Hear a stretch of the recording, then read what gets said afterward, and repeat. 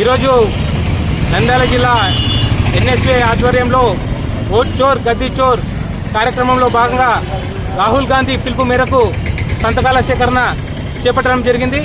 అయితే గత 10 ఏళ్లుగా నరేంద్ర మోడీ గారు ఏదైతే దేశ ప్రధానిగా ఉన్నారో అయితే కేవలం దొంగ ఓట్ల ద్వారానే గద్దెకెక్కినాడని చెప్పేసి సాక్ష్యాధారాలతో సహా నిరూపించడం జరిగింది.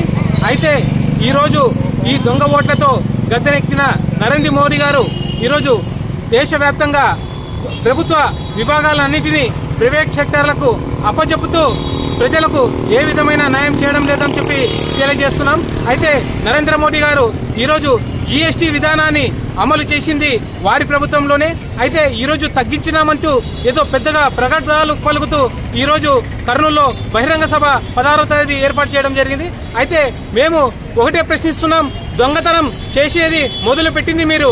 అయితే జీఎస్టీ రూపంలో 100 రూపాయలు దొంగతనం చేస్తూ ఈరోజు 50% తగ్గించి 50 రూపాయలు దొంగతనం చేస్తున్నామని గొప్పగా చెప్పుకునేకే మీరు ఈ బహిరంగ సభను పెడుతున్నారా అని చెప్పి మేము ఎన్ఎస్వీగా తెలియజేసుకుంటున్నాం. అయితే 100 రూపాయలు దొంగతనం చేసి ఈరోజు 5 రూపాయలకి తగ్గించినామని మీరే సాక్షాత్తు ఒప్పుకుంటున్నారు అని ఈ విధంగా నరేంద్ర మోడీ గారికి తెలియజేస్తున్నాం. అయితే ఈ విషయాలన్నీ ప్రజలు వారు చూస్తూనే ఉన్నారు. అయితే ఈ ఓట్ చోర్ ఏదైతే రాహుల్ గాంధీ గారు దేశవ్యాప్తంగా పిలుపునిచ్చారో దాంట్లో భాగంగా ఈరోజు ఈ ఓట్ చోర్ ని కనుమరుగు చేసే విధంగా మీరు ఈ జీఎస్టీ విధానాన్ని తగ్గించినామని గొప్పలు చెప్పుకుంటున్నారు. అయితే ప్రజలు ప్రతి ఒక్కరూ ఇది గమనిస్తూనే ఉన్నారు.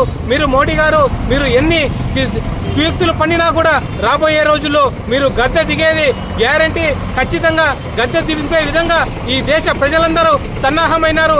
అయితే ఈరోజు రాష్ట్ర ప్రభుత్వానికి కూడా మేము ఒకటే విజ్ఞప్తి చేస్తున్నాం. ఇదే మోడీ గారు గతంలో చంద్రబాబు నాయుడు గారిని మామకి వెన్నుపోటు పొడిచారు అంటూ ఎన్నో అవమానకరమైన మాటలు మాట్లాడారు. అయితే మీరు ఏ విధంగా వారికి ఈ రోజు మద్దతు పలుకుతున్నారని చెప్పి గాని చంద్రబాబు నాయుడు గారిని ఒకటే ప్రశ్నిస్తున్నాం. అయితే ప్రత్యేక హోదా ఈ రోజు రాష్ట్రానికి గతంలో 5 సంవత్సరాలంటే కాదు 10 ఏళ్లు కావాలన్న మోడీ గారు ఈరోజు ప్రత్యేక హోదా గురించి ఏమీ మాట్లాడుకోకుండా ఏదో దొంగతనం చేసిన జీఎస్టీల గురించి మాత్రమే మాట్లాడడానికి మీటింగ్లు పెడుతున్నారు. అది కాదయ్యా, రాష్ట్ర వ్యాప్తంగా ప్రత్యేక హోదా హామీలు ఏమైనాయి?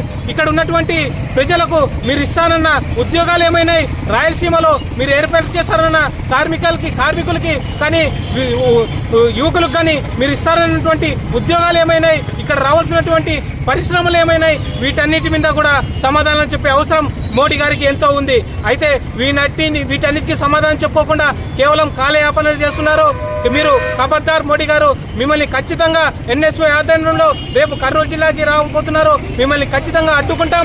మీరు ఖచ్చితంగా వీటన్నిటికీ సమాధానాలు చెప్పి తీరాలా.